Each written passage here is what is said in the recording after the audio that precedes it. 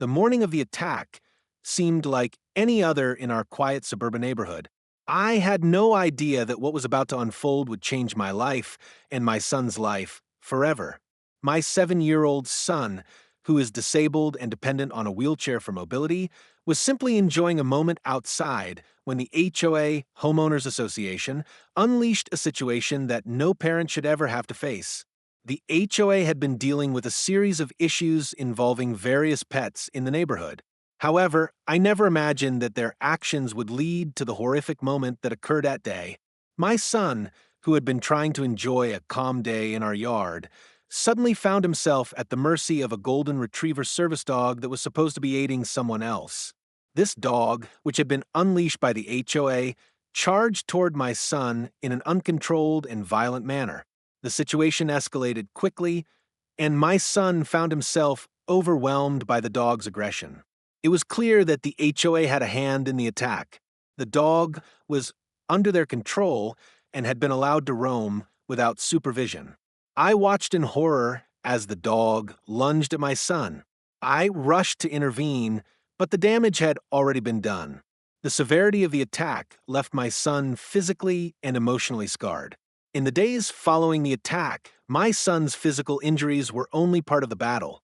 His emotional and psychological trauma was far more complex.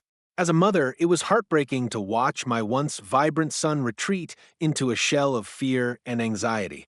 He had always been a brave and curious child, but after the attack, he was reluctant to leave the house, even for short trips outside. The physical injuries were severe, with cuts, bruises, and contusions on his face, arms, and legs. He had been bitten multiple times, and the wounds were deep. Doctors told me that his recovery would be long and painful, but the emotional scars were much deeper. My son began to show signs of PTSD, struggling with nightmares, fear of animals, and an intense fear of leaving the house. As a family, we were all impacted. My son's siblings were frightened and confused by what had happened.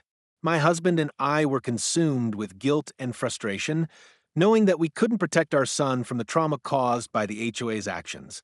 The HOA's lack of responsibility created an irreversible ripple effect, tearing apart our sense of security and safety.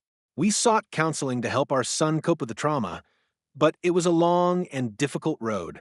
Every day was a challenge, and I found myself growing more and more frustrated with the HOA's refusal to take responsibility for what had happened. Their response was minimal and dismissive. They seemed more concerned with protecting their own interests than the well-being of the people in the community. The emotional toll on our family was profound, and it became clear that no one could fully understand what we were going through. The attack had shaken us to the core, and we were left with the daunting task of trying to rebuild our lives. As I stood there, watching my son struggle with the pain and confusion, I realized the gravity of the situation. It wasn't just a random dog attack. It was a situation that could have been prevented. The HOA's negligence and lack of responsibility towards the safety of residents, particularly those with disabilities, had caused a life-altering event. The consequences of their actions were devastating and would take a long time to repair. After the attack, my first priority was ensuring that my son received the medical treatment and emotional support he needed. But my second priority was holding the HOA accountable for their negligence. I believed that the HOA had failed in their duty to protect the residents of our community, especially those who were vulnerable, like my son. When I approached the HOA with my concerns, I was met with nothing but excuses and deflections. The HOA board claimed that the dog had been properly trained and was only meant to be a service dog. However, they failed to take into account the safety of the community or the fact that this particular dog had been allowed to roam without supervision. It was clear that the HOA had made a series of mistakes, but they refused to accept any responsibility. The more I pushed for accountability, the more I realized that the HOA was more concerned with covering their own tracks than addressing the real issue, the safety of the community. Their response was frustratingly inadequate, with no real action taken to prevent something like this from happening again. In the weeks that followed, the HOA offered little more than a vague apology and promised to review their pet policies. But no concrete steps were taken to address the real problem, the safety of children and vulnerable individuals in the community. It became clear that the HOA was more interested in protecting their own image than ensuring the well-being of their residents.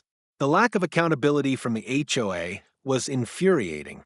As a parent, I couldn't accept that the organization responsible for maintaining the safety of our community would brush aside the trauma my son and our family had experienced. It was time to take further action.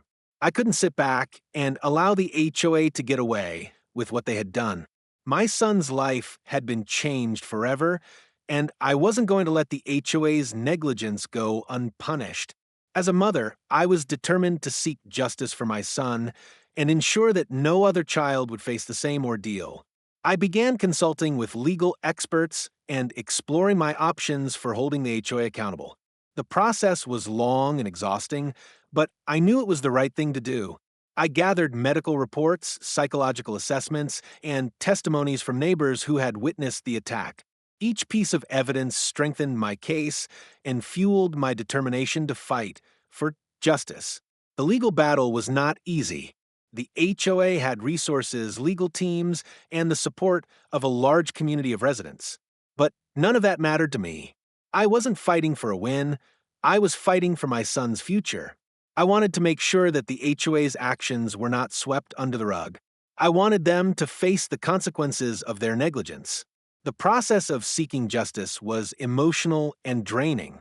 There were many times I felt defeated, but the thought of my son's pain and the responsibility I had to protect him kept me going. As a mother, you never stop fighting for your children. I couldn't let this injustice pass without standing up for my son. The legal case against the HOA was a long and challenging journey, but eventually it led to a settlement. The HOA agreed to compensate my son for his medical and emotional expenses, and they were forced to implement stricter policies regarding pets and animals within the community. However, the journey to healing wasn't over. The settlement didn't undo the damage that had been done. My son's recovery, both physically and emotionally, was a slow process. He still has moments of fear, but with therapy and support, he is learning to cope. Our family is healing, but it will take time. Through this experience, I learned just how important it is to stand up for what is right, even when the odds seem against you. I will never stop fighting for my son's well-being and for the safety of others in the community. The HOA's negligence caused irreversible damage, but I am determined to ensure that no other child has to suffer the way my son did. The road to healing may be long, but as a family, we are stronger than ever. Together, we will rebuild, and my son will continue to recover, piece by piece, from the trauma that should never have happened.